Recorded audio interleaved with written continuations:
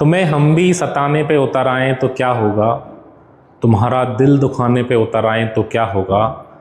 तुम्हें हम भी सताने पे उतर आएँ तो क्या होगा, तुम्हारा दिल दुखाने पे उतर आएँ तो क्या होगा। हमें बदनाम करते फिर रहे हो अपनी महफिल में। अभिषेक भाई साहब सुन रहे हो मेरी बात। हमें बदनाम करते फिर रहे हो अपनी महफिल में, अगर हम सच बताने पे उतर आएँ तो क्या होगा। नमस्कार दोस्तों, मैं रवि स्वागत करता हूँ साइंस जंक्शन के इस खूबसूरत से प्लेटफॉर्म पर। तो कैसे हैं दोस्तों, क्लास 12th का चैप्टर फर्स्ट स्टार्ट कर रहे हैं, रिलेशन एंड फंक्शन, संबंध एवं फलन। ठीक है, रिलेशन से आप बहुत अच्छे से वाकिफ़ होंगे, आपके रिलेशन भी बन रहे होंगे, कहीं ना कहीं जुड़ रहे होंगे आप कहीं ना कहीं लोगों से। ठीक है, आपके घर में भी रिलेशन होंगे।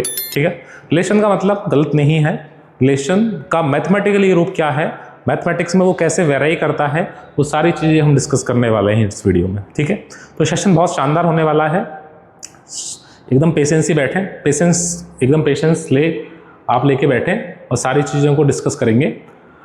तो देखो एक बार और चीज़ें अगर पसंद आ रही हो तो लाइक शेयर और सब्सक्राइब करते रहें। अभिषेक को फेंक के मारे सब्सक्राइब बटन पे अपने आप दब जाएगा। देखो चैप्टर फर्स्ट है आपका रिलेशन एंड फंक्शन। ठीक है, तो एक बार हम छोटी छोटी चीज़ों को डिस्कस करेंगे। पहले हम बात करते हैं सेट की। इसकी बात करते हैं बेटा, सेट की बात करते हैं। देखो क्लास 11 की थोड़ी सी जानकारी देना चाहूँगा आपको कि सेट क्या था। बेटा सेट क्या था, आपने एक डेफिनेशन पढ़ी होगी सेट की। क्या डेफिनेशन थी सर? डेफिनेशन थी कि a well defined collection of object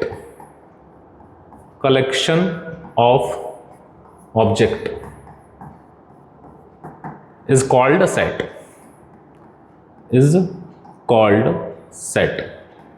यानी वेल डिफाइन होना चाहिए कलेक्शन। अभी वेल डिफाइन क्या है, ये सबसे बड़ी बात थी इस पे। ये जो सर लिखा हुआ है ना, दिस ये वेल डिफाइन जो लिखा हुआ है, ये वाला ये इसका इंपॉर्टेंट पार्ट है बेटा। इसका मीन होता है सेम फॉर ऑल। सेम होना चाहिए किसके लिए? फॉर ऑल के लिए।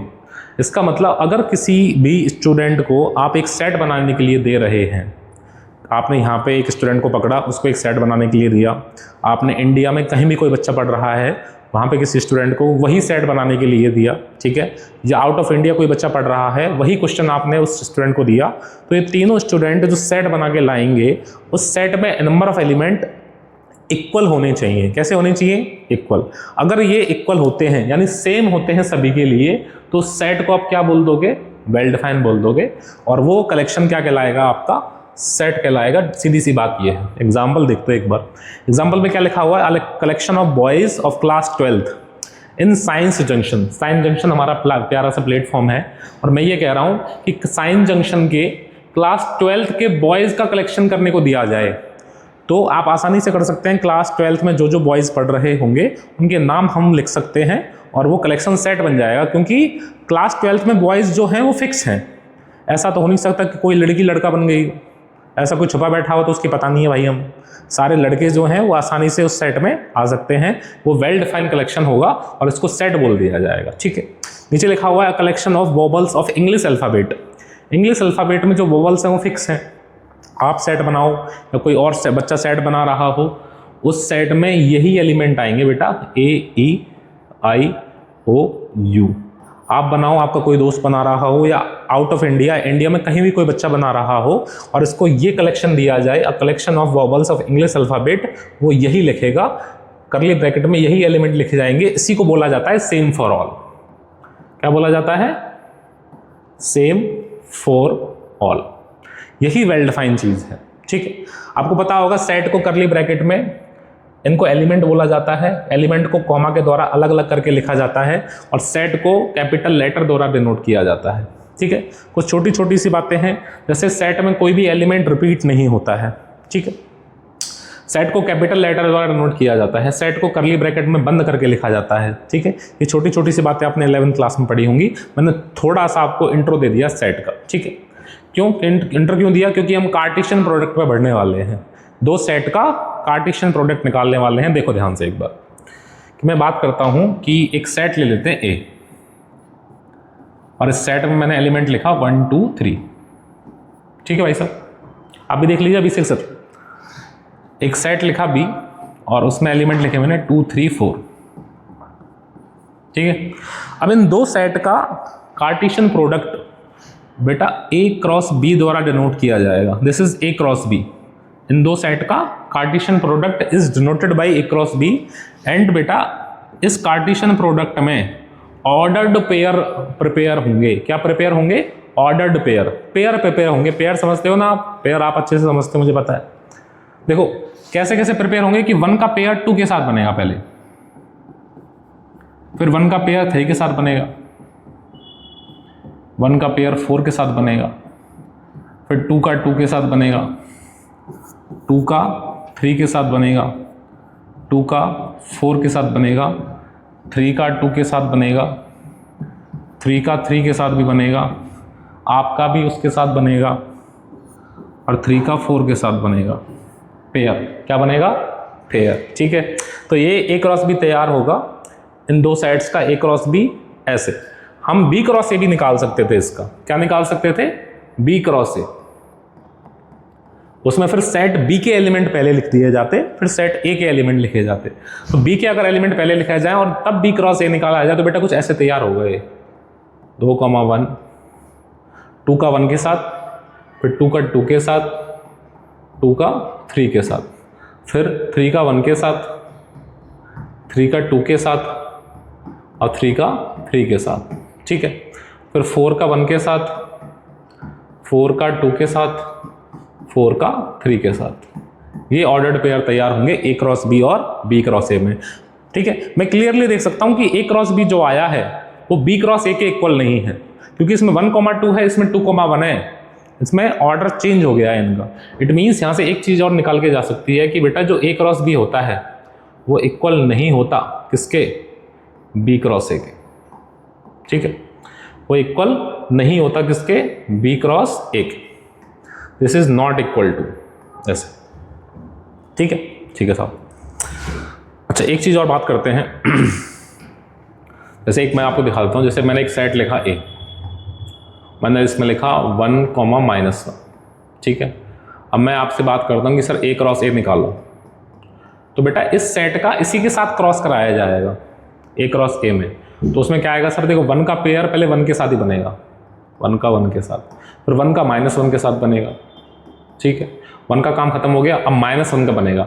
-1 का किसके साथ बनेगा? 1 के साथ, फिर -1 का किसके साथ बनेगा? -1 के साथ। ऐसे ऑर्डर्ड पेयर तैयार रहे होंगे। ठीक है, दिस इज ए क्रॉस ए। आप ए क्रॉस ए भी निकाल सकते हो। आप क्या निकाल सकते हो? ए क्रॉस ए भी निकाल सकते हो। उसमें क्या होगा सर? अब देखो ए क्रॉस ए जो ये आया था, ये इसके साथ पेयर बनाएंगे, यानी ट्रिपलेट तैयार होंगे। ए क्रॉस ए में तो क्या तैयार हो रहे थे? Ordered pair. ए क्रॉस ए में क्या तैयार होंगे? Ordered triplet. क्या तैयार होंगे? Ordered triplet. इसका मतलब इसका ट्रिपलेट इसके साथ तैयार होगा। देखो क्या आएगा? 1,1,1 ऐसे। फिर इसका इसके साथ तैयार होगा 1,1,-1। ठीक है, फिर बेटा इसके साथ तैयार करेंगे। कैसे होगा? 1,-1,1। फिर इसका इसके साथ तैयार करेंगे 1,-1,-1। ठीक है, फिर इसके साथ तैयार करेंगे -1,1,1, -1,1,-1। ठीक है, फिर इसके साथ तैयार करेंगे -1,-1,1, और लास्ट आएगा -1,-1,1, कुछ ऐसे। समझ आई बात? तो ये है Cartesian product of two sets. Clear होगा? आगे चलते हैं। देखो एक बार नोट डालो, एक नोट डालते हैं, खूबसूरत सा नोट। तो मैं इसमें कुछ चीज़ें लिख रहा हूँ। देखो कैसे, आपको एक बात दिखाना चाहता हूँ। क्या? ये देखो यहाँ पे सेट जो ए था, उस सेट ए में कितने एलिमेंट थे सर? 3 एलिमेंट हैं। और सेट बी में कितने एलिमेंट है सर? इसमें भी 3 एलिमेंट है। तो जब इन दोनों सेट्स का कार्टेशियन प्रोडक्ट किया A क्रॉस B, तो देखो ऑर्डर्ड पेयर कितने रेडी हुए, देखो 1 2 3 4 और 4 8 और 1 9 ऑर्डर्ड पेयर रेडी हुए। इसका मतलब अगर 3 और 3 एलिमेंट थे तो 3 3s are 9 ordered pair ready रहे होंगे। ठीक है, इसका मतलब सेट्स में नंबर ऑफ एलिमेंट के बेसिस पे कार्टेशियन प्रोडक्ट में ऑर्डर्ड पेयर कितने रहे होंगे ये निकाला जा सकता है। देखो कैसे, मैं ये कह रहा हूं कि किसी एक सेट A में n एलिमेंट है, ठीक, मतलब किसी एक सेट A में नंबर ऑफ एलिमेंट P है, किसी एक सेट A में नंबर ऑफ एलिमेंट कितने हैं, P है, ठीक है, और एक दूसरा सेट है B, उसमें नंबर ऑफ एलिमेंट Q है, कितने हैं, Q। तो ये कह रहा हूं मैं कि बेटा जो इन दोनों सेट्स का कार्टेशियन प्रोडक्ट होगा उसमें जो नंबर ऑफ एलिमेंट रहे होंगे या नंबर ऑफ ऑर्डर्ड पेयर रहे होंगे वो इन दोनों के मल्टीपल पे डिपेंड करेगा, यानी PQ रहा होगा, PQ डॉट। मतलब सर, मतलब ये है बेटा कि अगर सेट A है कोई, उसमें ऑर्डर्ड पेयर, इसमें एलिमेंट 1,2 है, एक सेट B है उसमें एलिमेंट 2,3 है, यानी कितने एलिमेंट हो गए सर, इसमें तो 2 हो गए और इसमें कितने हो गए, 2 हो गए।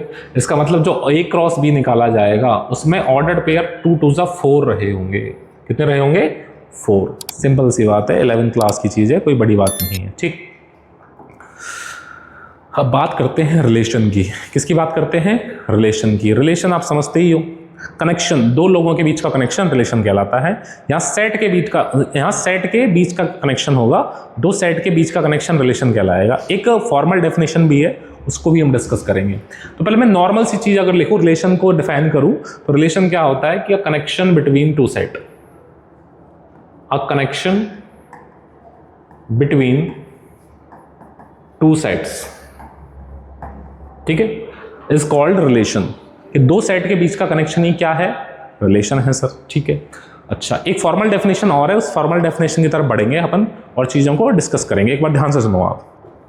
मैं रिलेशन को समझाने के लिए खूबसूरत सा एग्जाम्पल लेता हूं, मुझे नहीं लगता उस एग्जाम्पल से खूबसूरत भी कोई चीज़ हो सकती है, ठीक है। उससे आपको ये रिलेशन बहुत अच्छे से समझ आएगा और आपको कुछ चीज़ों की नॉलेज भी होगी। देखो कैसे, मैंने एक सेट लिया A और मैं इस सेट में रामायण के पात्रों को लेना चाहता हूं। रामायण आपने सबने दिख रखी होगी, तो उसके जो मेल पार्ट हैं, जो मेल कैरेक्टर थे, उनको एक बार सेट A में मैं लेने की कोशिश करूंगा। तो बेटा सबसे पहले मैंने दशरथ जी को ले लिया, दशरथ, ठीक है। जी मत लगाना क्योंकि हम नॉर्मली लिख रहे हैं, ठीक है। अभिषेक जी भी दोबारा आ चुके हैं, बीच में छोड़ गए थे हमें अकेले, ठीक है। बात करते हैं फिर राम जी की, राम, फिर लिखते हैं बेटा लक्ष्मण, ठीक है। फिर लिखते हैं बेटा शत्रुघ्न, शत्रुघ्न। ये हमने सेट ए में मेल कैरेक्टर ले लिए सारे, ठीक है। फिर बात करता हूं बी की, सेट बी की। सेट बी में सारे फीमेल कैरेक्टर ले लिए जाते हैं। जैसे कौन कौन से, जैसे दशरथ जी की 3 पत्नियां थी, कौन कौन थी भाई बताओ, कौशल्या, कौशल्या, नेक्स्ट केकई, ठीक है। स्पेलिंग पे ध्यान मत देना, मेरी भावनाओं पे ध्यान देना। केकई, सुमित्रा, ठीक है। ये तो दशरथ जी की पत्नियां हो गई। फिर इनकी भी एक एक पत्नियां थी, तो उनका नाम भी लिखना चाहूंगा मैं, सीता जी, और उसके बाद सीता जी, उर्मिला जी, ठीक है। उसके बाद Mandvi ji, Mandvi, and last one is Shuddh Kirti, शुद्ध कीर्ति। स्पेलिंग देख लेना बेटा, है ना, मैं वैसे ही नॉर्मली लिख रहा हूं यहाँ पे। दो सेट मैंने लिख लिए हैं, सेट ए में मेल कैरेक्टर हैं, सेट बी में फीमेल कैरेक्टर है। रिलेशन को समझाने का सबसे प्यारा एग्जांपल है, ठीक है। तो आपको ये चीज समझ आती है कि इन दोनों सेट्स का जब क्रॉस कराया जाएगा ए क्रॉस बी, तो ऑर्डर्ड पेयर रेडी होंगे। क्या रेडी होंगे, ऑर्डर्ड पेयर। अब देखो सेट ए में कितने एलिमेंट है, देखो 1 2 3 4, 1 2 3 4, एक रह गया राम लक्ष्मण भरत रह गया यहाँ पे, भरत। तो 5 एलिमेंट हो गए, 1 2 3 4 5। सेट बी में कितने हैं सर, 1 2 3 4 5 6 7। सेट बी में 7 है और सेट ए में 5 है। तो आपको सीधा सा पता होगा कि ए क्रॉस बी में 7 5 35 ऑर्डर्ड पेयर रेडी होंगे। ऑर्डर्ड पेयर मैं लिख नहीं रहा हूं सारे के सारे, जैसे कौन कौन से रेडी होंगे सर? देखो दशरथ जी का कौशल्य के साथ, दशरथ जी का केकई के साथ, दशरथ जी का सुमित्रा के साथ, ऐसे दशरथ जी का सीता के साथ, उर्मिला के साथ, मांडवी के साथ, सुतकीर्ति के साथ, ऐसे राम जी के सारे बनेंगे, ऑर्डर्ड पेयर बनेंगे सारे। ठीक है, इसका मतलब इनका कुछ ना कुछ रिलेशन रहा होगा आपस में। ठीक है, अब मेरी बात सुनो, मैं क्या करता हूं, मैं एक रिलेशन लिखता हूं कैपिटल आर इस ए क्रॉस बी पे। रिलेशन कुछ ऐसे लिख रहा हूं मैं कि x, y सच दैट, ये ऑर्डर्ड पेयर सच दैट इस प्रकार है कि x जो है is a husband of y। ठीक है, x जो है is a husband of y, और बेटा जो इसमें x है वो कैपिटल A से लिया गया है और जो y है वो कैपिटल B से लिया गया है। ये हमने एक रिलेशन लिखा है, रिलेशन की सेट बिल्डर फॉर्म लिखी हुई है। ठीक है, x, y such that x is a husband of y and x relate करता है A को और y रिलेट करता है B को। ठीक है, ठीक है साहब। तो अपन क्या करते हैं, अब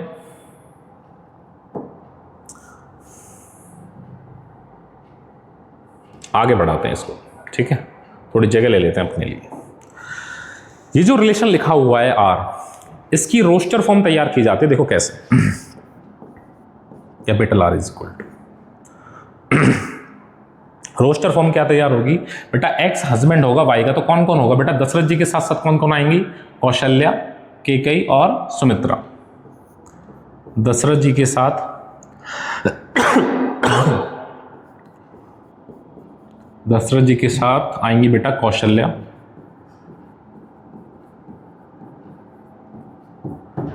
दशरथ जी के साथ आएंगे केकई,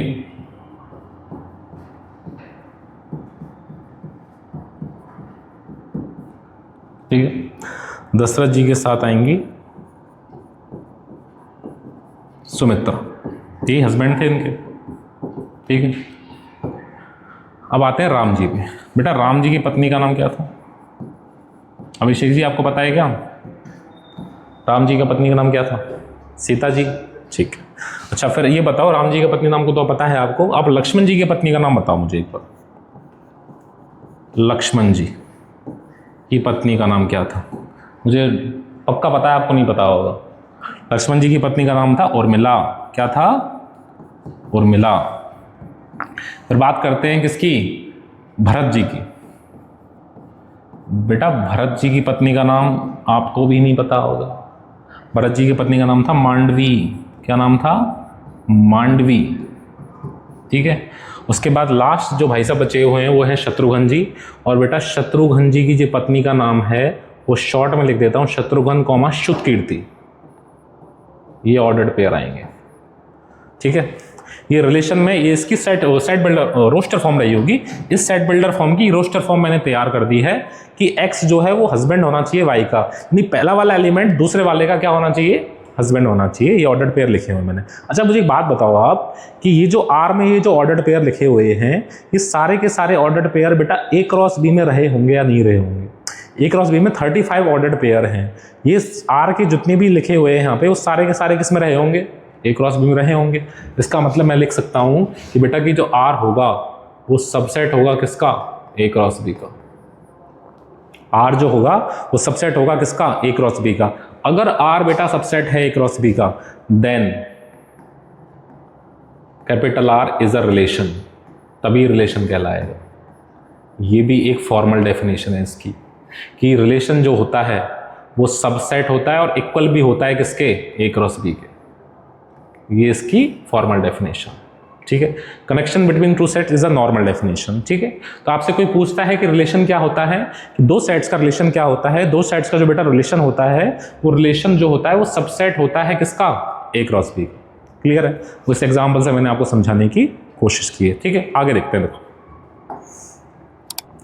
देखो ध्यान से सुनो, एक सेट लिखा हुआ है A, सेट में एलिमेंट है -3, -1, 1, 2, 3, 4 और सेट B लिखा हुआ है, इसमें B में कुछ एलिमेंट लिखे हुए हैं। एक रिलेशन लिखा हुआ है R, A, B such that A square किसके इक्वल है? B के, जहां A रिलेट कर रहा है कैपिटल A को और B रिलेट कर रहा है कैपिटल B को। ठीक है, तो मैं इस R की रोस्टर फॉर्म तैयार करने की कोशिश करता हूं। देखो, और हमें एलिमेंट कैसे लेने हैं कि पहले वाले का स्क्वायर किया जाए तो B के इक्वल आना चाहिए। ठीक है, तो -3 अगर लिया जाए बेटा, -3 का स्क्वायर करेंगे तो क्या आएगा 9। क्या 9 वहाँ पे है? बिल्कुल है सर, तो 9 ले लिया जाएगा। फिर -1 लिया जाए, अच्छा -1 का स्क्वायर करेंगे तो 1 आएगा, 1 वहाँ पे है? बिल्कुल है सर, 1 आ जाएगा। फिर 1 लेते हैं, 1 का स्क्वायर 1 होगा। फिर 2 लेते हैं, 2 का स्क्वायर 4 होगा, 4 उधर है। 3 लेते हैं, 3 का स्क्वायर क्या होगा 9 होगा। अच्छा 4 अगर लेने की मैंने कोशिश भी की तो 4 का स्क्वायर 16 आएगा और 16 बी में नहीं है, तो वो ऑर्डर्ड पेयर इसमें काउंट नहीं होगा। क्लियर है? तो इस रिलेशन की ये रोस्टर फॉर्म मैंने तैयार कर दी है और इसकी मैपिंग करके दिखाते हैं आपको। मैपिंग हम आपको बता देते हैं मैपिंग कैसी होती है। देखो ये मैपिंग करेंगे इसकी एक बार, ठीक है। तो बेटा इसमें सेट ए है ये और ये सेट बी है और एक रिलेशन डिफाइन है R set A to B में, ठीक है। ये में कौन कौन था? -3, -1, 1, 2, 3, 4। बी में कौन कौन है सर? बी में है सर 1, 2, 3, 4, 5, 6, 7, 8 और 9, ठीक है। ठीक है साहब, तो मैपिंग कर दो। देखो मैपिंग करते हैं। देखो -3 किससे रिलेट कर रहा है? 9 से। इसका मतलब मैं ये भी कह सकता हूं कि -3 की इमेज है बी, सॉरी -3 की इमेज कौन है? 9। -3 की इमेज कौन है? 9, ठीक है। इसका मतलब सर मैं -3 की एक इमेज 9 बता रहा हूं सर, यहाँ पे रिलेट तो कर रहा है ये, मैं इसको इमेज नाम दे रहा हूं अब, ठीक है। फिर -1 की इमेज कौन है सर? 1 है सर। -1 की इमेज कौन है? 1 है सर, ठीक है। फिर 1 की इमेज कौन है सर? 1 की इमेज भी 1 है सर, ठीक है। अच्छा 2 की इमेज क्या है? फिर 2 की इमेज 4 है। अच्छा 3 की इमेज क्या है? 3 की इमेज 9 है सर। 4 की कोई भी इमेज नहीं है, ठीक है। और सुनो मेरी बात कि सर इधर वाले जो एलिमेंट है, जैसे ये 1 है, ये -1 और 1 की इमेज है। ये जो 4 है, ये 4 किसकी इमेज है? 2 की। ये जो 9 है, 9 किसकी इमेज है? 3 और -3 की, ठीक है। एक चीज और है कि बेटा इधर वाले एलिमेंट तो इधर वाले एलिमेंट्स की इमेज है, लेकिन ये भी कहा जा सकता है कि ये जो एलिमेंट है ना, जैसे -3, -1, ये जो -3 है बेटा प्री इमेज है किसकी? 9 की। -1 जो है वो प्री इमेज है किसकी? 1 की। 1 भी प्री इमेज है किसकी? 1 की। 2 प्री इमेज है किसकी? 4 की। 3 प्री इमेज है किसकी? 9 की। This is the mapping.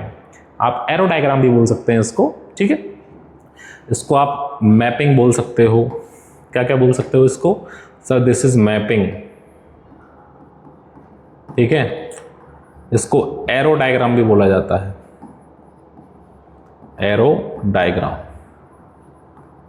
ये एक एग्जांपल से मैंने आपको समझाने की कोशिश की है, ठीक है। देखो आगे एक क्वेश्चन लिखा हुआ है, let A is equal to 1 2 लेके 12 तक, define a relation capital R on A. इस सेट ए पे रिलेशन डिफाइन है कुछ ऐसे। क्या लिखा हुआ है रिलेशन में कि A comma B such that कि 3a जो होगा वो b के इक्वल होगा, ठीक है। और वेयर ए और बी कैपिटल आर में से हैं, वो कैपिटल ए में से हैं। इसकी हम एक बार रोस्टर फॉर्म तैयार करेंगे। एक बार देखो, आर इज इक्वल टू क्या क्या लिया जाए। देखो मैं ए में वैल्यू डालता हूं सेट ए से। देखो मैं 1 डालूंगा ए में, तो देखो 1 डालेंगे ए में, 1 डाला मैंने ए की जगह, तो बी की वैल्यू क्या बन गई? 3 बन गई सर। 3 यहाँ पे है। मैंने ए में 2 डाला तो बी क्या आया? 6 आया सर। मैंने ए में 3 डाला तो बी कितना आया? 9 आया सर। मैंने ए में 4 डाला तो बी कितना आया? 12 आया सर। 12 इसमें है। जैसे ही मैं ए की वैल्यू 5 डालता हूँ तो बी 15 आ जाता है, और बी 15 ए में नहीं है क्योंकि ए और बी दोनों ही कैपिटल ए में से लिए गए हैं। इसका मतलब ये इसकी क्या आ गई? रोस्टर फॉर्म आ गई रिलेशन आर की। तो रोस्टर फॉर्म में ए रिलेट कर रहा है 3 से, 2 6 से, 3 9 से और 4 12 से। इसकी भी आप मैपिंग कर सकते हो सेम जैसे हमने अभी की थी। देखो ऐसे, this is set A and this is set B. यहाँ पे एलिमेंट 1 से लेके 12 तक हैं। 1 2 3 4 5 6 7 8 9 10 11 12।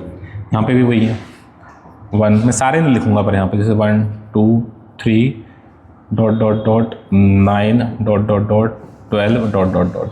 अब देखो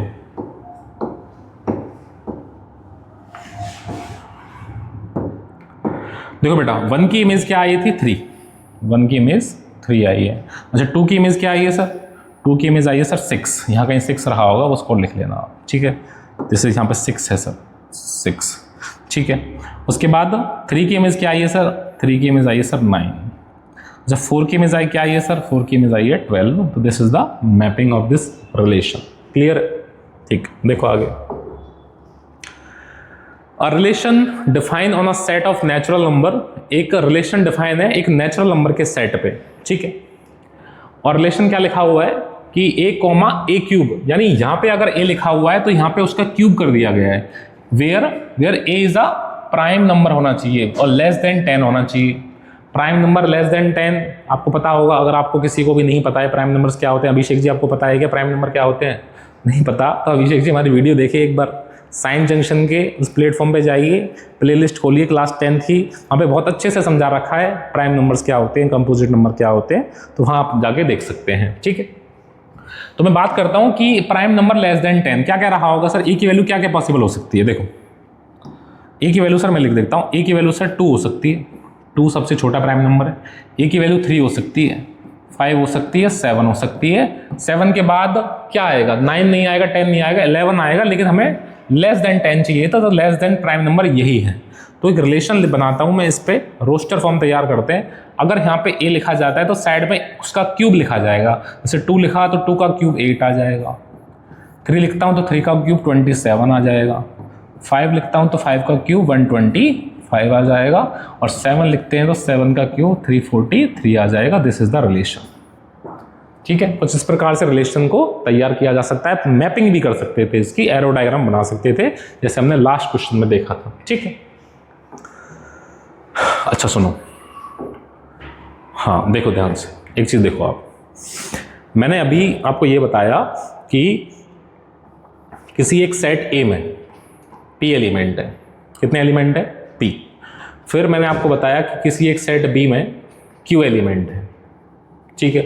तो फिर मैंने ये बताया कि अगर इनका क्रॉस किया जाए, ए क्रॉस बी निकाला जाए और उसमें number of ordered pair check किया जाए, तो ऑर्डर्ड पेयर कितने रहे होंगे, पी क्यू रहे होंगे। ये आपको मैंने बता दिया था, ठीक है। और मैंने आपको अभी ये बताया कि रिलेशन जो होता है, रिलेशन वो सबसेट या इक्वल होता है किसके, ए क्रॉस बी के। यानी ए क्रॉस बी के जितने सबसेट बन सकते हैं उतने ही रिलेशन डिफाइन हो सकते हैं, ठीक। अच्छा सबसेट कितने बनते हैं किसी भी सेट के, तो जैसे मैं बता दूं आपको कि किसी कोई एक सेट ए है और उसमें p एलिमेंट है, ठीक है, और कोई एक सेट b है उसमें एलिमेंट q है, ठीक है, q है। तो इनका जब क्रॉस कराया जाएगा तो नंबर ऑफ एलिमेंट कितने आएंगे, पी क्यू आएंगे, वो मैंने लिख दिया है यहाँ पे, ये लिखा हुआ। लेकिन अगर नंबर ऑफ सबसेट की बात की जाए, नंबर ऑफ सबसेट की बात की जाए, तो सबसेट कितने रहे होंगे सर, 2 की पावर पी क्यू रहे होंगे। ये लिख लेना कि किसी भी गिवन सेट के अगर सबसेट निकालने तो 2 की पावर पी क्यू आएगा। जैसे मैं इसकी बात करता हूँ, इसकी अगर सेट ए में पी एलिमेंट है, सेट ए में कितने एलिमेंट है, पी, और इसके सबसेट पूछता है तो 2 की पावर पी रहे होंगे। सबसेट बी में क्यू एलिमेंट है, इसके सबसेट पूछता है तो 2 की पावर क्यू रहे होंगे। ए क्रॉस बी में कितने एलिमेंट है, पी क्यू एलिमेंट है, तो इसके सबसेट कितने रहे होंगे, 2 की पावर पी क्यू रहे होंगे। इसका मतलब किसी भी ए क्रॉस बी का, किसी भी ए क्रॉस बी के जितने सबसेट बन सकते हैं उतने ही रिलेशन डिफाइन हो सकते हैं, ठीक है।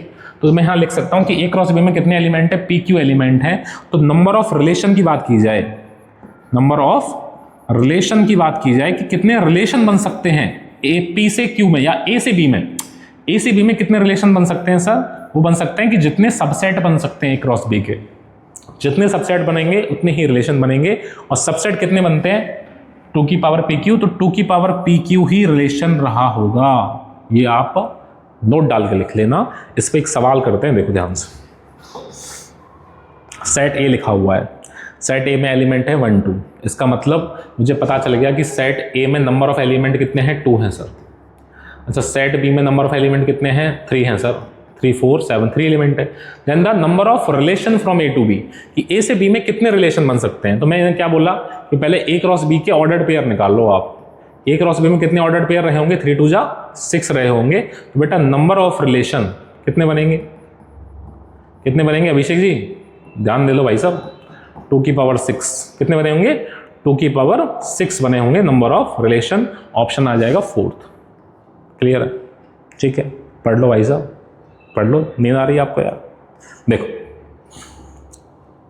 अब बात करते हैं डोमेन ऑफ रिलेशन की। एक रिलेशन का डोमेन क्या होता है, देखो क्या लिखा हुआ है, those element of set A which have image available in set B is called domain set.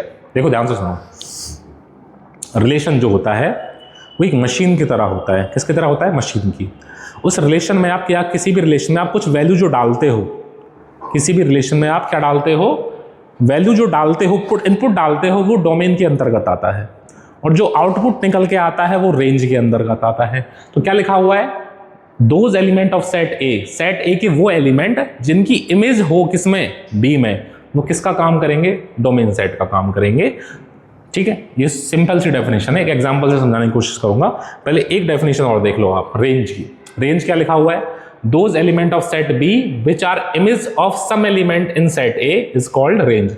इसका मतलब देखो, सुनो मेरी बात, मैं समझाता हूं आपको कि ये दो सेट है ए और बी, ए और बी। मैंने यहां लिखा 1 2 3 4, मैंने यहां लिखा 2 3 4 5। ठीक है, अच्छा ठीक है सब, ये एक रिलेशन है, ठीक है ना, एक रिलेशन है। तो बेटा देखो वन जो है, 1 की एक इमेज है 3, अच्छा 2 की एक इमेज है 2, 3 की इमेज है 5 और 4 की इमेज है 4। ये कोई रिलेशन है एक आर, ठीक है, आर रिलेशन। तो डोमेन की बात करते हैं। देखो मैंने इस रिलेशन में 1 इनपुट डाला तो आउटपुट क्या मिला मुझे, 3 मिला। तो ये 1 जो होगा वो डोमेन में जाएगा। किसमें जाएगा, डोमेन में। यदि सेट ए के जो एलिमेंट हैं जिनकी इमेज है बी में, वो डोमेन के अंतर्गत आएंगे। और जो सेट बी के जो एलिमेंट हैं जिनकी प्री इमेज अवेलेबल है, वो किसके काम आएंगे, रेंज। किसका मतलब 2 रेंज का एलिमेंट है, 3 किसका एलिमेंट है, रेंज का, 4 किसका एलिमेंट है, रेंज का, 5 किसका एलिमेंट है, रेंज का। अगर यहाँ 6 भी लिखा होता लेकिन 6 किसी की इमेज नहीं है तो 6 रेंज में नहीं आएगा, 6 रेंज में काउंट नहीं होगा। ये डेफिनेशन कह रही है इसकी। एग्जांपल्स करेंगे, एक बार ध्यान से सुनो। एक चीज होती है कोडोमेन। कोडोमेन क्या होता है सर, क्या लिखा हुआ है, complete set B is called codomain. जैसे आप सेट ए से सेट बी में रिलेशन डिफाइन करते हो एक, ठीक है, तो सेट बी जो होता है दिस इज कंप्लीटली कोडोमेन। ये कोडोमेन है आपका पूरा का पूरा, आपको ध्यान देने की जरूरत ही नहीं है बेफालतू की बातों में। डोमेन रेंज तो चेक करने पड़ते हैं कौन कौन से एलिमेंट की इमेज है, किस किस एलिमेंट की इमेज नहीं है, लेकिन जो सेट बी होता है वो कंप्लीटली क्या होता है, कोडोमेन होता है। ठीक है, देखो और समझते हैं अच्छे से। देखो एक रिलेशन लिखा हुआ है A to B, the relation R from A to B is given as R is equal to 1,2 2,3 3,5 and 2,7। Right domain and range and codomain. ठीक है, तीनों चीज लिखनी है हमें। ठीक है, तो क्या लिखेंगे, मैं डोमेन की बात करता हूं। डोमेन मैंने क्या बताया कि जो पहला वाला एलिमेंट है वो डोमेन सेट होता है। जैसे पहला वाला एलिमेंट कौन कौन सा सर, 1 है, 2 है, 3 है और फिर 2 आ गया, तो 2 रिपीट नहीं होगा क्योंकि सेट के अंदर एलिमेंट रिपीट नहीं होते। तो डोमेन में कौन कौन आ जाएगा सर, 1 2 और 3।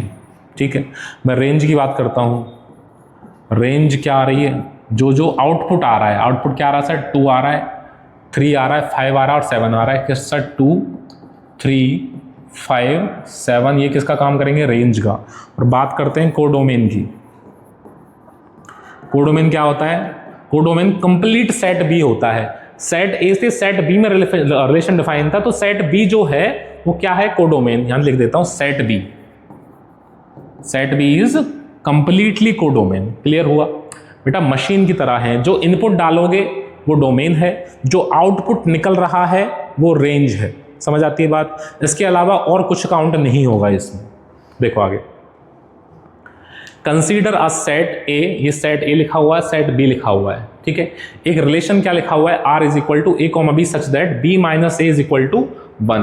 यहां पे एक चीज और लिख लेना कि ए कैपिटल ए से लिया गया है और बी कैपिटल बी से लिया गया है। Then domain of relation R लिखना है आपको कि इस रिलेशन का डोमेन क्या है। आप आसानी से एक सवाल को दोबारा समझ लें। एक सेट लिखा हुआ है, सेट में ए में ये एलिमेंट है, सेट बी में ये एलिमेंट है, और रिलेशन कुछ इस प्रकार लिखा हुआ है कि A comma B ordered pair है, B minus A is equal to 1 होना चाहिए। अच्छा मैं इसको लिख लेता हूं, अगर इसको ऐसे लिखा जाए B is equal to A plus 1 तो क्या गलत होगा Abhishek ji? B is equal to A plus 1 लिखेंगे तो क्या गलत होगा? क्या नहीं होगा। ठीक, अब इसकी रोस्टर फॉर्म लिखते हैं एक बार। देखो आर इज इक्वल टू, और ए कहां से लिया जाएगा? ए कहां से लिया जाएगा भाई? कैपिटल ए से। तो -1 लो आप, -1 यहां लेता हूं ए की जगह, ए की जगह -1 लिया हमने, तो -1 + 1 बी की वैल्यू क्या आएगी? 0। तो बी इसमें है क्या? मतलब 0 इसमें है क्या? है, बिल्कुल है सर। ये आ गया पहला। दूसरा हम इसमें 0 ले लेते हैं, क्या ले लेते हैं? 0। तो 0 + 1 क्या आएगा? 1। 1 इसमें है सर, 1 आ गया। अच्छा 2 लेता हूँ, 2 + 1 क्या आएगा? 3। 3 इसमें है? नहीं है सर, बी में 3 नहीं है, आप 2 नहीं ले सकते। 2 यहाँ लिखूंगा तो 2 + 1 क्या आएगा? 3, और 3 बी में नहीं है। ठीक है, एक बार शायद इसमें 3 आना चाहिए मेरे हिसाब से, यहाँ 3 और लिख लेना बेटा कि 1 2 3 4 5 0, क्योंकि हम 2 लेंगे तो 3 इसमें आएगा, क्योंकि उसमें ऐसा है। तो ये क्या आएगा बेटा? 2 लेंगे तो 3 आएगा। ठीक है, सही बात है, -1 0 2। ठीक है, उसके बाद जब 3 लूँगा तो 4 आ जाएगा, 3, 4। ठीक है, और जब उसके बाद और कुछ ले नहीं सकते तो ये आ जाएगा आपका रिलेशन। मैं बात करता हूँ डोमेन की। किसकी बात करता हूँ? डोमेन की। ठीक है, तो डोमेन क्या बताया मैंने? जो पहले एलिमेंट है वो डोमेन सेट है, जैसे -1 0 2 3, -1 0 2 3, दिस इज द डोमेन। तो कौन सा ऑप्शन हो जाएगा? -1 0 2 3, -1 0 1 3। ऑप्शन गलत लिख लिए हैं शायद, कोई दिक्कत नहीं है, या पहले से ही लिखा हुआ था। ठीक है, -1 0 3। हाँ, आप ऐसा करो, ये आपका आंसर आएगा, इसमें आप चेंज कर लेना, -1 0 यहाँ 2 3 है बेटा, ये दिस इज 2 3, इसको सही कर लेना आप एक बार। ठीक है, ऑप्शन बी है इसका। दोबारा देख लो एक बार, -1 0 0 1 2 3 3 4। रिलेशन देख लो एक बार, बी -a, 1 आना चाहिए। सेट ए में ये एलिमेंट है, जैसे -1 लिखा मैंने, -1 + 1 0 आ गया, 0 लिखा 0 + 1 1 आ गया, इसमें है। 1 लिखा 1 + 1 2 आ गया, इसमें है। ये नहीं लिखा ना हमने, 1 नहीं लिया हमने यहाँ पे, तो 1 लेंगे बेटा, 1 1 2 आएगा, ये 1 2 आएगा इसमें। तो देखो कौन कौन हो गए, -1 0 1 3, -1 0 1 3, यहाँ 1 ही था, यहाँ पे 1 ही था पहले। ठीक है, तो ऑप्शन बी हो जाएगा हमारा, बी, -1 0 1 3। 2 भी 3, इसका मतलब इसका यहाँ से इसको आप हटा दो। अब आप इसको हटा दो यहाँ से, ये पहले से ही लिखा हुआ था। ठीक है, करेक्शन करने की जरूरत नहीं, ये आपका सही क्वेश्चन था पहले। ठीक है, तो ये एलिमेंट रहे होंगे सेट ए और सेट बी में। हमने 1 2 नहीं लिखा था, इसके वजह से हमने थोड़ा सा चेंज किया, लेकिन पता चला कि वो सही लिखा हुआ, हमने यही नहीं लिखा था। ठीक है, समझ आ गया होगा। आगे चलते हैं, देखो let capital A is equal to 2 4 5 7, B is equal to 2 4 6, B 2 sets and let R relation capital R B R relation from A to B is defined as, R लिखा हुआ कुछ ऐसे कि x, y सच दैट कि x छोटा है किससे? y से। x a में से है और y b में से, then the difference between the number of element, the sum of element of the domain and range. पहले आप क्या करो, पहले आप रिलेशन की रोस्टर फॉर्म तैयार करते हैं। देखो r इज इक्वल टू कि x जो है वो y से छोटा होना चाहिए, और x a में से लिया गया है, y b में से लिया गया है। तो कौन कौन सा आ सकते हैं सर? देखो 2 किस से छोटा है सर? 2 4 से छोटा है। 2 नहीं आएगा, क्योंकि 2 से छोटा नहीं है। 2 4 आएगा, 2 6 आएगा सर। ठीक है, अच्छा 4 किससे छोटा है? 4 6 से छोटा है, ये आएगा सर। अच्छा 5 किससे छोटा है? 5 6 से छोटा है, 5 6 भी आएगा। अच्छा 7 आ सकता है क्या सर? 7 किसी से छोटा नहीं है, तो 7 नहीं आएगा। मैं डोमेन की बात करता हूँ, डोमेन। अच्छा डोमेन में कौन कौन आ जाएगा? 2 4 और 5। ठीक है, मैं रेंज की बात करता हूं। रेंज में कौन कौन आ रहा है सर? 4 और 6 ही आ रहे हैं सर। अब क्या बोल रहा है ये कि आपको डिफरेंस निकालना है, difference between the sum of element of domain and range, यानी डोमेन की जो एलिमेंट है उनका सम करो भाई। 5 और 4 9 और 2 11, और रेंज के एलिमेंट का सम करो 6 और 4 10। इनका डिफरेंस कितना आ रहा है? 11 - 10 1। ये डिफरेंस ही पूछा था, ऑप्शन डी आ जाएगा। क्लियर है? आगे देखो एक बार, determine the domain and range of the relation capital R. एक रिलेशन लिखा हुआ है कि x कोमा x प्लस 5, कि यहाँ पे x है तो यहाँ पे x प्लस 5 लेना, और x यहाँ से लिया गया है कि x बिलोंग कर रहा है किसको, इस सेट को। ठीक है, तो देखो इसकी रोस्टर फॉर्म तैयार करते हैं। तो 0 लिया जाए तो 0 के साथ 5 आएगा, क्योंकि 0 प्लस 5 5 ही होता है। 1 लिया जाए तो 1,6 आएगा। ठीक है, और फिर कौन आएगा, 2 लिया जाए तो 7 आएगा, 3 लिया जाए तो 8 आ जाएगा, 4 लिया जाए तो 9 आ जाएगा, और 5 लिया जाए तो 10 आ जाएगा। ठीक है, अब बात करते हैं डोमेन की। किसकी, डोमेन की। तो डोमेन में कौन कौन आ जाएंगे सर, 0, 1, 2, 3, 4 और 5। ठीक है, रेंज में क्या कौन है, रेंज में सर 5, 6, 7, 8, 9, 10। आपके सामने ऑप्शन भी लिखे हुए, मैच कर लो। अब डोमेन में सर 0 से लेके 5, 0 से लेके 5 इसमें है, इसमें भी है, इसमें भी है, इसमें भी है। अच्छा सर, चारों ही सही है डोमेन की। अच्छा, रेंज देख लो एक बार, रेंज में कौन है, 5, 6, 7, 8, 9, 10। 5, 6, 7, 8, 9, 10 इसमें है, 5, 7 इसमें नहीं है, 5, 6, 7, 8 इसमें 9 नहीं है, इसमें 8 नहीं है, तो ऑप्शन क्या आ जाएगा, A. Option A is the dot. ठीक है, ए इज इक्वल टू 1, 2, 3, 4, 5 एक सेट है, और एक रिलेशन लिखा हुआ है x को वाई सच दैट कि एक्स का स्क्वायर माइनस वाई का स्क्वायर छोटा होना चाहिए किससे, 16 से। इसकी आपको रोस्टर फॉर्म लिखनी है बेटा, x और y इसमें से लेके आप 16 से छोटा लिख लेना, ये आपको मैं RW में दे देता हूं, रेंट वर्क। इसको आप घर पे करोगे, जहां रेंट पे रहते हो वहां करोगे। ठीक है, सिंपल सा कुछ नहीं है बेटा, x और y दोनों ही यहीं से लिए गए हैं। ठीक है, और मोड लगा हुआ है, मोड यानी पॉजिटिव वैल्यू आनी चाहिए। देखो मैं आपको करके दिखा देता हूं, कोई बात नहीं। देखो कौन कौन लिया जा सकता है, देखो 1, 1 लिया जा सकता है क्या, क्योंकि सर 1 का स्क्वायर 1 और 1 का स्क्वायर 1, 0 आएगा, 0 छोटा होता है, बिल्कुल होता है सर, 1,1 आएगा। ठीक है, अच्छा 1, 2 के साथ भी आ सकता है, क्योंकि 1 का स्क्वायर 1, 2 का स्क्वायर 4, क्या आएगा 3, माइनस का मोड से पॉजिटिव हो जाएगा, 3 छोटा होता है सर, बिल्कुल होता है, 1,2 भी आ जाएगा। अच्छा 1,3 बिल्कुल आ जाएगा, क्योंकि 3 और 3 का स्क्वायर 9 माइनस 8, 9 माइनस 1 8 होता है, 8 छोटा होता है। ठीक है, अच्छा 1 के साथ 4 आ जाएगा क्या, बिल्कुल आ जाएगा सर, 16 माइनस 1 13 छोटा होता है, सही बात है। 1 के साथ 5 आ जाएगा, 1 के साथ 5 नहीं आएगा, क्योंकि 5 का स्क्वायर 25 है, और 25 माइनस 1 24 होता है, जो 16 से छोटा नहीं है, तो 1 के साथ 5 नहीं आएगा। अच्छा 2 के साथ कौन कौन आ सकता है सर, 2 भी आ सकता है, 2 के साथ 3 भी आ सकता है, 2 के साथ 4 भी आ सकता है। स्क्वायर करके डिफरेंस निकाल के देख लो एक बार, 9 माइनस 2, 9 माइनस 4, ये 16 माइनस 4 है।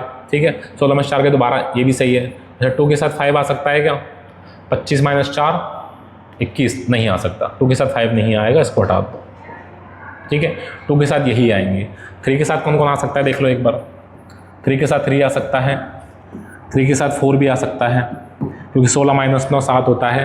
3 के साथ 5 25 माइनस 9 16, ये भी नहीं आएगा। ठीक है, अच्छा 4 के साथ 4 आ सकता है। ठीक है, 4 के साथ 5 आ सकता है क्या, 25 माइनस 16, 4 के साथ 5 आ सकता है,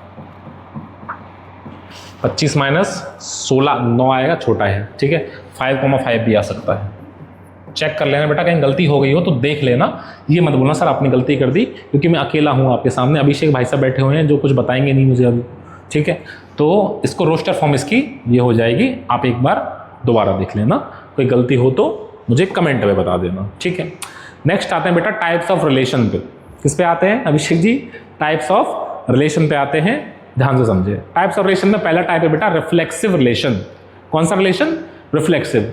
रिफ्लेक्सिव का नाम से ही पता चल रहा है कि रिफ्लेक्शन दिखनी चाहिए, अपनी रिफ्लेक्शन, यानी जो एलिमेंट आप डाल रहे हो वही एलिमेंट आना चाहिए। ठीक है, क्या लिखा हुआ है, a relation is said to be reflexive if every element of A is related to itself, यानी ए का कोई भी एलिमेंट खुद से रिलेट होना चाहिए, बट नॉट नेसेसरली, ऐसा जरूरी इटसेल्फ बट नॉट नेसेसरी, यानी खुद से तो होना ही चाहिए और किसी से भी हो सकता है। ठीक है, इसका मतलब A is present in the relation for all A belong to A, example set of parallel lines. इसका मतलब देखो, सुनो क्या मतलब है इसका।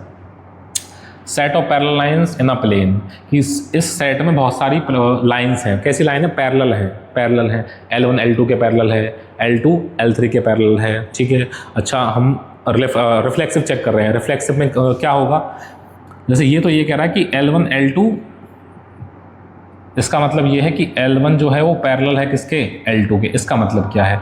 लेकिन मैं बात कर रहा हूँ रिफ्लेक्सिव की। इसकी बात कर रहा हूँ रिफ्लेक्सिव की। इसका मतलब खुद से रिलेशन होना चाहिए, यानी L1 L1 भी होना चाहिए। L1 L2 का मतलब ये है, तो L1 पैरेलल होगी किसके? L1 के। एक लाइन खुद के पैरेलल होती है क्या? बिल्कुल होती है सर। इसका मतलब यहाँ अपन ये लिख सकते हैं कि अ लाइन इज पैरेलल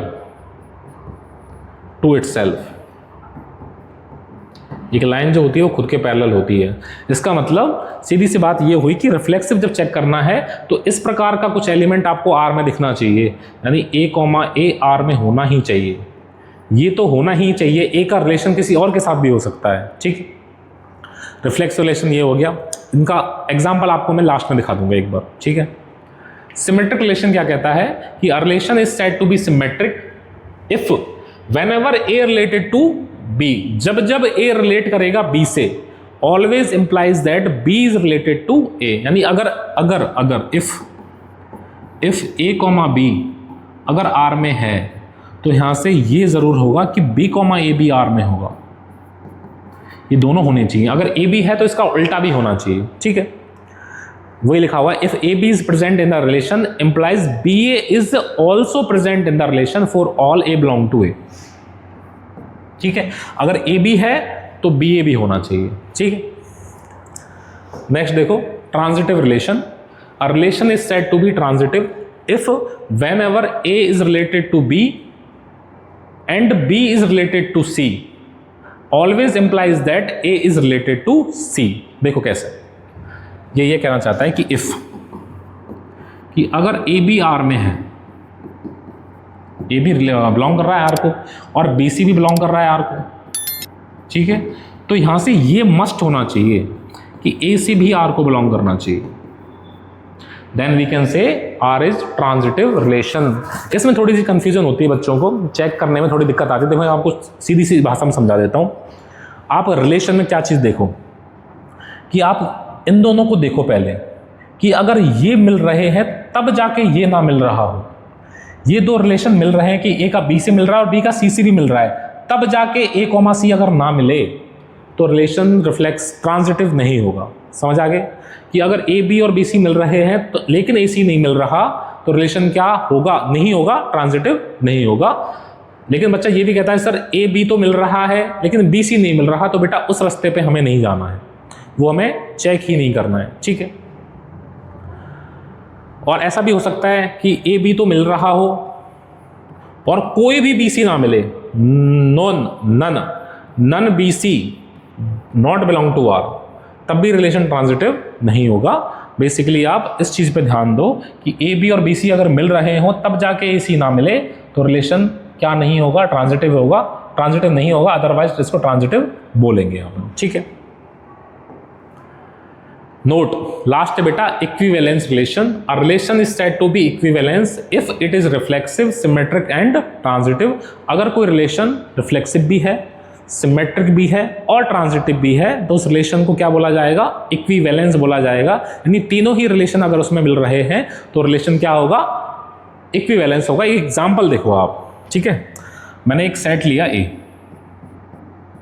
उसमें लिखा मैंने 1 2 3, ठीक है। अब इस सेट A पे एक रिलेशन लिख रहा हूं मैं R। मैंने इसमें लिखा 1, 1, मैंने लिखा 1 2, मैंने लिखा 1 3, मैंने लिखा 2 1, मैंने लिखा 2 2, मैंने लिखा 3 1, ठीक है।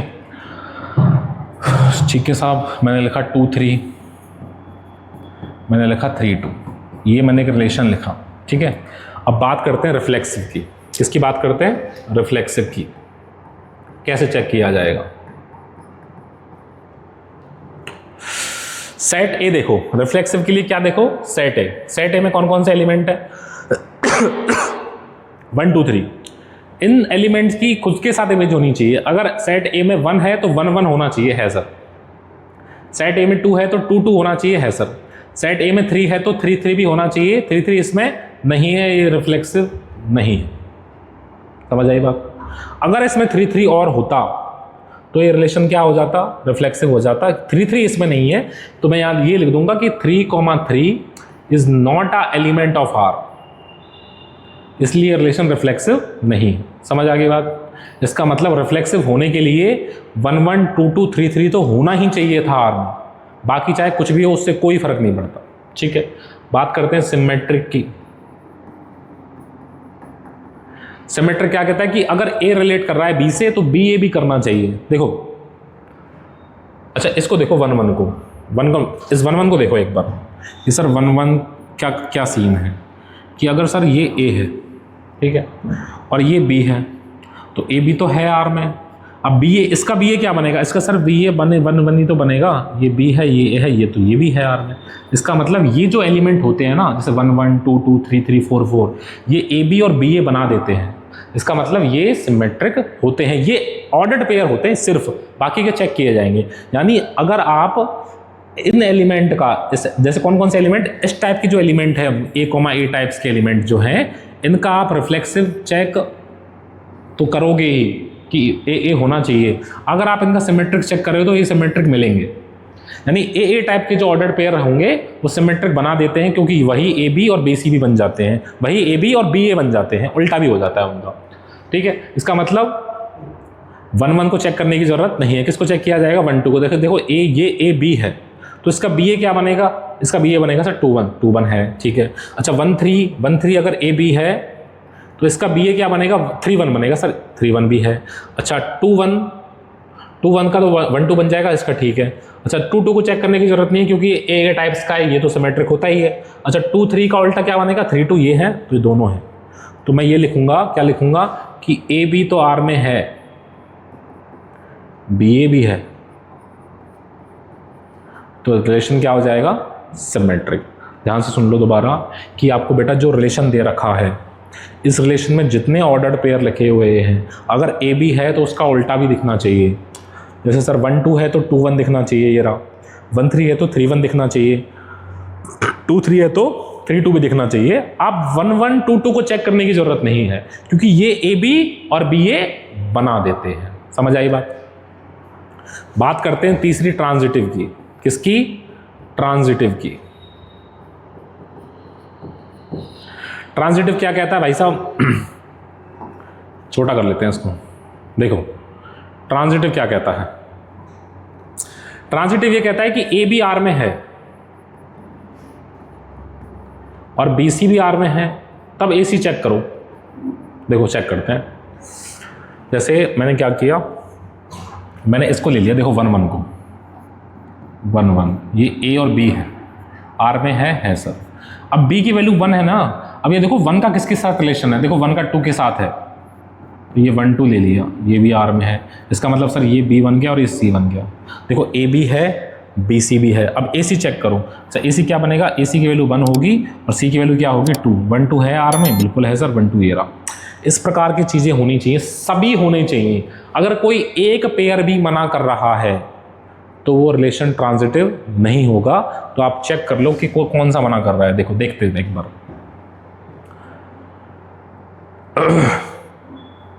देखो सुनो, मैंने लिया, देखो 2 1 है, बिल्कुल है सर, 2 1 है, 2 1 है और 1 का 3 के साथ है। ये ए बी है और ये बी सी है, तो ए सी क्या बनेगा सर, ए सी 2 3 बनेगा, 2 3 है। चलो ये ठीक है। अच्छा मैंने लिया 1 3, कहाँ ये रहा, 1 3 ये ए बी है और मैंने 3 के साथ 2 बनाया, ए बी बी सी, तो ए सी क्या बनेगा, 1 2 बनेगा, 1 2 है इसमें। चलो ठीक है, ये भी सही है। अच्छा और कुछ ले सकते हैं क्या सर, 2 2 और 2 का सर 3 के साथ है, देखो ये बन रहा है, देखो क्या बन रहा है सर, देखो 2 2 आर में है, बिल्कुल है सर, ये ए बी है। अच्छा फिर 2 का किसके साथ है, 2 का 3 के साथ है, देखो ये 2 3 ले लेते हैं, 2 3 भी आर में है, ये बी है बेटा, ये सी है। देखो ए बी है, बी सी भी है। अब ए सी क्या बनेगा, ए सी क्या बनेगा, 2 3 बनेगा सर, 2 3 आर में है, बिल्कुल है सर, 2 3 भी है। ठीक है, सारे ये भी है। अच्छा और कोई पेयर मना कर रहा है क्या, कोई भी एक पेयर मना कर रहा हो तो हम कह देंगे कि ट्रांजिटिव नहीं है। कोई चेक कर सकते हो आप, सारे चेक कर लो एक बार। जैसे 3 1 है, ठीक है, 3 1 है 1 3 है। अब देखो मिल गया हमें पेयर, कौन सा मिल गया सर, देखो ध्यान से, 3 1 है आर में, ठीक है, ये ए है ये बी है, ठीक है। अच्छा 1 3 भी तो है आर में, ये रहा, ये बी बन गया और ये क्या बन गया, सी बन गया। ध्यान से सुनना, ये ए बी है और बी सी है आर में, तो देखो ए सी क्या बनेगा, ए सी क्या बनेगा सर, ए सी बनेगा 3 3। ये आर में है क्या, नहीं है, देख लो 3 3 नहीं है इसमें, इसका मतलब ये ट्रांजिटिव नहीं है, आर इज नॉट ट्रांजिटिव। समझ आ गई बात, समझ आ गई क्या, बिल्कुल आ गई होगी। और एग्जांपल से आपको नेक्स्ट वीडियो में समझाने की कोशिश करूंगा, ठीक है। मेरा कहने का मतलब ये था कि बहुत सारे पेयर बोल रहे थे, है ये बोल रहा था, ये भी बोल रहा था, और भी बोल रहे होंगे, लेकिन आपको वो पेयर ढूंढना है जो मना कर रहा होगा। कौन मना कर रहा था सर, ये मना कर रहा है, 3 1 है 1 3 है, ए बी है बी सी है, लेकिन कौन नहीं है, ए सी 3 3 आर में नहीं है, इसका मतलब ये रिलेशन ट्रांजिटिव नहीं है। समझ आ गई बात। इन तीनों रिलेशन को और अच्छे से समझाने की कोशिश करूंगा नेक्स्ट वीडियो में। आज के लिए इतना ही। अगर वीडियो पसंद आई, सेशन अच्छा लगा हो तो लाइक शेयर और सब्सक्राइब करते रहें। और क्लास 12 की मैथ मैंने शुरू कर दी है इस चैनल पे, साइंस जंक्शन पे। आप प्लेलिस्ट में जाके सारे वीडियो देख सकते हैं। पहली वीडियो आपको बहुत जल्दी मिलेगी और सेकंड वीडियो भी आपको देखने को मिलेगी। आज के लिए इतना ही। राधे राधे।